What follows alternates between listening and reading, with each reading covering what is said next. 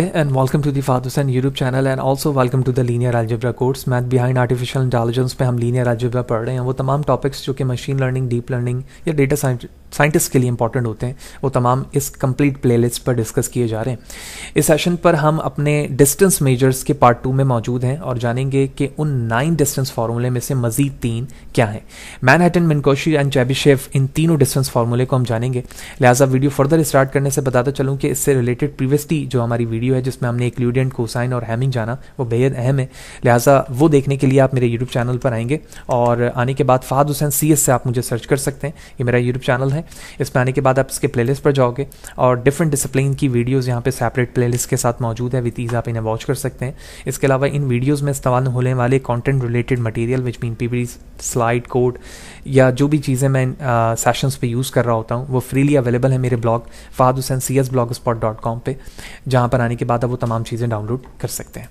लिहाजा अगर मेरे चैनल पर नए हो, चैनल को सब्सक्राइब नहीं किया तो डू सब्सक्राइब द चैनल, ताकि अपकमिंग वीडियोस के हवाले से आपको बर वक्त जानकारी मिलती रहे और इसी तरह की नई चीज़ें आप आसानी के साथ सीख सकें।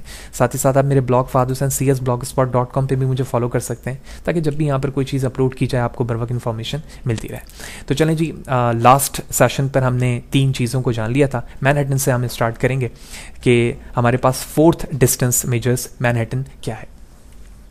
तो अगर आप बगौर यूक्लिडियन डिस्टेंस के साथ मैनहट्टन को मेजर करें तो हमें यहाँ पर बड़े आसानी से एक बात समझ में आती है कि मैनहट्टन जो डिस्टेंस फार्मूला है वो 2 वेक्टर्स या 2 पॉइंट्स के दरमियान एक एब्सोल्यूट वैल्यूज डिस्टेंस को फाइंड करके हमें देता है।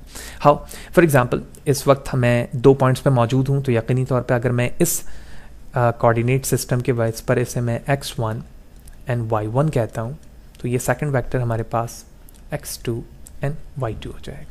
तो प्रीवियस सेशन पे यूक्लिडियन डिस्टेंस में हमने देखा था कि x2 माइनस x1 का square plus y2 minus y1 का स्क्वायर था और स्क्वायर रूट उस पर मौजूद था। लेकिन मैनहट्टन डिस्टेंस हमें ये कहता है कि x2 माइनस x1 में से कोई भी वैल्यूज, आइदर वो पॉजिटिव हो या नेगेटिव हो, आप उसे एब्सोल्यूट बनाएंगे। यानी ये जो सिंगल लाइन इस वक्त मौजूद है ये एब्सोल्यूट पॉजिटिव की है, यानी एट लास्ट आपके पास जो भी रिजल्ट आएगा वो पॉजिटिव आएगा डिफरेंस के रिस्पेक्ट से। और इसी तरह से y2 माइनस y1 में जो भी वैल्यूज आएंगी आप एब्सोल्यूट करके उसे पॉजिटिव में लेकर आएंगे और एट लास्ट इन दोनों को ऐड करेंगे तो आपके पास एक फाइनल रिजल्ट आ जाएगा। इस रिजल्ट से हमें यह पता चला कि जब आप x2 माइनस x1 करते हैं तो इसका मतलब यह है कि इस पॉइंट से आप x डायरेक्शन पर मूव होते हैं और जब आप इस डायरेक्शन पर y के डिस्टेंस पे लेते हैं तो y डिस्टेंस पे जाते हैं। और अगर आप इसी को कंपेयर करें यूक्लिडियन डिस्टेंस पे, तो यूक्लिडियन डिस्टेंस के अंदर आपके पास डिफरेंस लाइन कुछ इस तरह से बनी हुई थी जो कि डायगोनल हुआ करती थी पॉइंट्स के साथ, ताकि आप फास्ट वे पर वहां पर डिफरेंस को आइडेंटिफाई कर सकें। लेकिन बहुत सारे ऐसे सिनेरियो होते हैं जहां पर हमें स्ट्रेट फॉरवर्ड वे पे जाना होता है, यानी x और y डायरेक्शन पे रीड करते हुए एक स्टेयर स्टेप वाइज हमें चीज़ों को देखना होता है। तो इस तरह से जब मैं देख रहा हूं तो आप देख रहे हैं कि हमारे पास y है, फिर x है, फिर y है, फिर x है, फिर y है और फिर x डायरेक्शन है। तो इस तरह से हम डिफरेंसेस को नोट करना चाहते हैं जो मैनहट्टन हमें बता रहा होता है। तो जो भी लॉजिकली अब इसकी वैल्यूज होंगी उसके मुताबिक इसमें वैल्यूज को पुट किया जाएगा और मैनहट्टन डिस्टेंस आ जाएगा। इसी फॉर्मूले को सेकंड वे में कुछ इस तरह से लिखा जाता है कि summation of all values of xi minus yi का डिफरेंस, और जो भी जितने भी कोऑर्डिनेट सिस्टम हो, यानी xyz हो, 3 डायमेंशन हो, 2 डायमेंशन हो, उन तमाम वैल्यूज का डिफरेंस एब्सोल्यूट होगा और वो एब्सोल्यूट वैल्यूज आपस में एट लास्ट ऐड हो रही होंगी। अब इसे समझते हैं कि ये चीज़ें हम इस्तेमाल कहाँ पर कर रहे होंगे, यानी जो भी कोऑर्डिनेट सिस्टम पे होंगी वैल्यूज वो हम कहाँ यूज़ कर रहे होंगे। So when your data set has discrete and और बाइनरी एट्रीब्यूट, यानी या तो वो काउंटेबल हो जो भी वैल्यूज आपके पास है, यानी डिस्क्रीट वैल्यूज हो, काउंटेबल विदाउट डेसिमल पॉइंट्स हो, या उसमें बाइनरी एट्रीब्यूट्स हो यानी 0 1। Manhattan seems to work quite well since it's take into account that path that realistically could be taken within values of those attribute. Take Euclidean distance, for example, would create a straight line between 2 vectors when in reality that might not actually be possible. यानी जब आप Euclidean distance ले रहे होते हैं तो हर वक्त ऐसा नहीं होता कि वो actual difference इस तरह से निकाल रहा हो। तो बाद सिनेरियोज पर जब आपके पास कोई discrete या binary values हों और आप वहाँ पर differences निकालना चाह रहे होते हो तो वहाँ पर मैनहट्टन का हम इस्तेमाल करते हैं, ताकि जो हमारे पास जो भी आप मॉडलिंग कर रहे हैं, यानी जहाँ पर भी उस चीज़ को आप इस्तेमाल कर रहे हैं, वो काफ़ी बेहतर तरीके से आउटपुट प्रोड्यूस कर सकें। And the second one is the Minkowski. Minkowski distance actually formula that is a generalization from the Euclidean and the Manhattan, which mean अगर मैं इक्लूडियंस की और मैनहट्टन की बात करूं, जो दोनों अभी हम तक देख चुके हैं, इन दोनों को जर्नलाइज फॉर्म पर जब लिखा जाता है तो वो हमारा मिनकोशी डिस्टेंस कहलाता है। पहले तो हम डायग्राम को समझते हैं। देखिए, सबसे पहले हमने देखा कि जब मैंने दो पॉइंट्स के दरमियान इक्लूडियन डिस्टेंस लगाया था तो आपके पास p की वैल्यू 2 में मौजूद थी, यानी स्क्वायर रूट पे। क्यों? क्योंकि आपके पास वहाँ पे जो भी वैल्यू थी which mean x2 minus x1, इसका स्क्वायर था और उसके ऊपर स्क्वायर रूट था। लेकिन जब आप मैनहट्टन पर आए तो वहाँ पर आपने देखा कि आपके पास जो वैल्यू थी which mean absolute value x2 minus x1 थी। तो जब कोई भी वैल्यूज़ नहीं है तो इसका मतलब इस पे 1 मौजूद है, ठीक है। लेकिन जब आप मिनकोशी पर आते हैं तो वो ये कहता है कि जिस तरह की भी डिफरेंसेस आप x और y कोऑर्डिनेट्स में लेना चाहते हैं वहाँ पर आपकी p की वैल्यू की कोई लिमिट नहीं होगी, जो कि इन्फिनिटी है। यानी फ्रॉम 0 टू ऑनवर्ड कोई भी वैल्यू p की वहाँ पर लगाई जा सकती है मिनकोशी पे। That's why it's called a generalisation form of the Euclidean and Manhattan form. How? इसका फॉर्मूला कुछ यूं होगा कि आपके पास जितने भी कोऑर्डिनेट सिस्टम है, यानी फॉर एग्जांपल 3 डायमेंशन वेक्टर है, 2 डायमेंशनल वेक्टर है, उनमें से आप तमाम का डिफरेंस लेंगे सबसे पहले। यानी फॉर एग्जांपल अगर मैं इसको एब्सोल्यूट फॉर्म पे वैसे ही लिखूं जैसे मैनहट्टन था, तो मैंने जैसे फोर लिख दिया इस तरह x2 minus x1 absolute value. अब इस एब्सोल्यूट वैल्यू के ऊपर वैल्यू मौजूद है p, ये p 1 2 3 4 कुछ भी हो सकता है, वो आप अप्लाई करेंगे। जब आप ये अप्लाई कर लेंगे उस पर जो भी रिजल्ट आएगा उसके बाद इस पर अप्लाई हो रहा है पावर 1/p, और ये वही p की वैल्यू है जो आपके ने अंदर पुट की है। फॉर एग्जांपल अगर 3 यहाँ पर है तो यहाँ पे भी 3 है, जो कि यहाँ पर रिप्रेजेंट किया जा रहा है। तो इस तरह से मिनकोशी डिस्टेंस फार्मूला निकाला जाता है जो कि आपको एक जनरलाइज्ड रिजल्ट देता है इक्लूडियन या फिर मैनहट्टन का। अब इसकी यूजेज को देखते हैं कि एक्चुअली इन चीज़ों को हम कहाँ इस्तेमाल कर रहे होते हैं।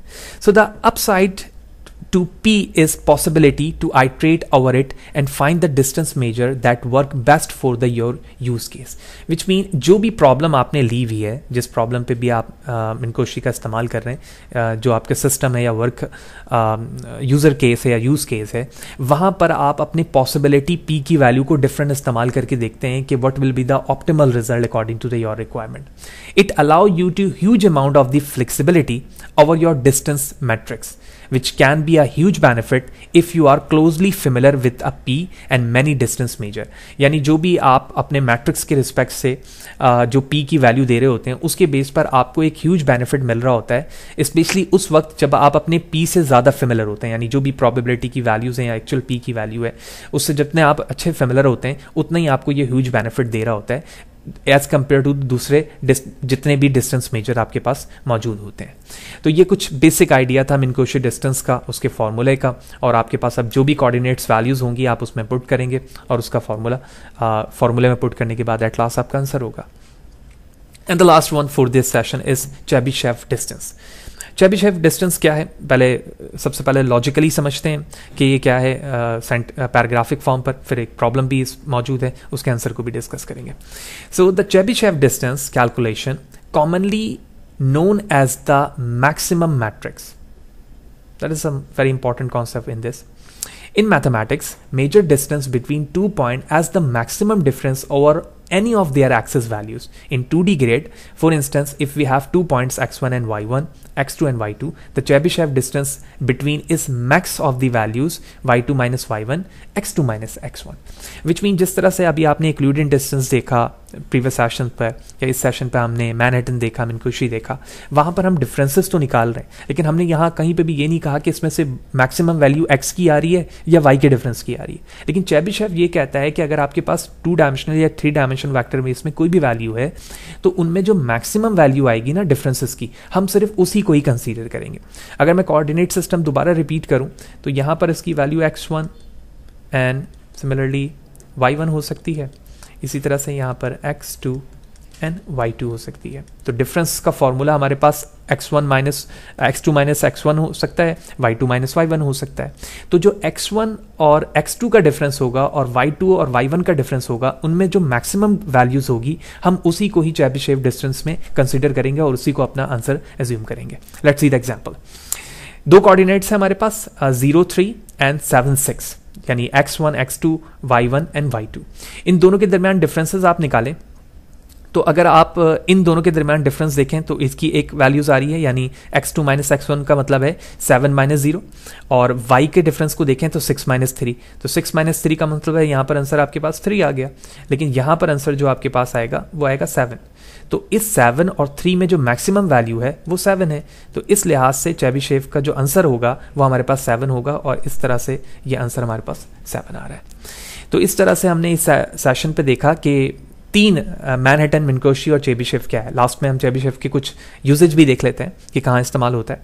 Chebyshev distance can be use to extract the minimum number of the moves need to go from one sequence to another. Moreover, it can be used major in games that allow unrestricted 8-way movement। यानी इसका मतलब ये हुआ कि gaming के अंदर या जहां पर हम अपने ग्रिड सिस्टम को मूव करवाना चाह रहे होते हैं फोर्सली, और स्पेशली मैं ये समझता हूं कि अगर मैं चेबीशेव को किसी रीइंफोर्समेंट लर्निंग के अंदर लेकर आऊँ तो वहां पर भी इसका इस्तेमाल किया जा सकता है, जहां पर आप रिस्ट्रिक्टेड हो या अनरिस्ट्रिक्टेड कोई फॉर्म हो कि यहाँ पर आप मूवमेंट करवा रहे हो। तो जहां पर मैक्सिमम नंबर ऑफ मूव्स आएंगे या मिनिमम नंबर ऑफ मूव आएंगे, वहां पर आप इसको कंसीडर कर सकते हैं जो भी डिफरेंस है, और उसके बेस पर आप गेमिंग के अंदर या रीइंफोर्समेंट के अंदर इसका इस्तेमाल कर सकते हैं। तो होपफुली पार्ट 2 डिस्टेंस मेजर्स आपको क्लियर होगा, जिसके अंदर हमने मैनहट्टन, मिन्कोशी एंड चेबीशेव को देखा, साथ ही साथ उसके यूजेज और कुछ इस्तेमालात भी देखें। फिर भी अगर कोई सवाल है, कोई चीज़ आपको समझ में नहीं आई है तो कमेंट सेक्शन पे मुझे ज़रूर बताएं, ताकि मैं आपको बर वक्त उस सवाल से कमेंट कर सकूं। वीडियो अच्छी लगी हो तो लाइक करें, ज़्यादा लोगों को शेयर करें, और चैनल पे नए हैं, चैनल को सब्सक्राइब नहीं किया है तो ज़रूर कर सब्सक्राइब करें, ताकि आप इस प्लेलिस्ट का हिस्सा बन सकें, चैनल का हिस्सा बन सकें, और इसी तरह की नई चीज़ें बर वक्त आसानी के साथ साथ सीख सकें। नेक्स्ट सेशन पे फर्दर 3 टाइप्स को हम डिस्कस करेंगे। तो thank you, see you there.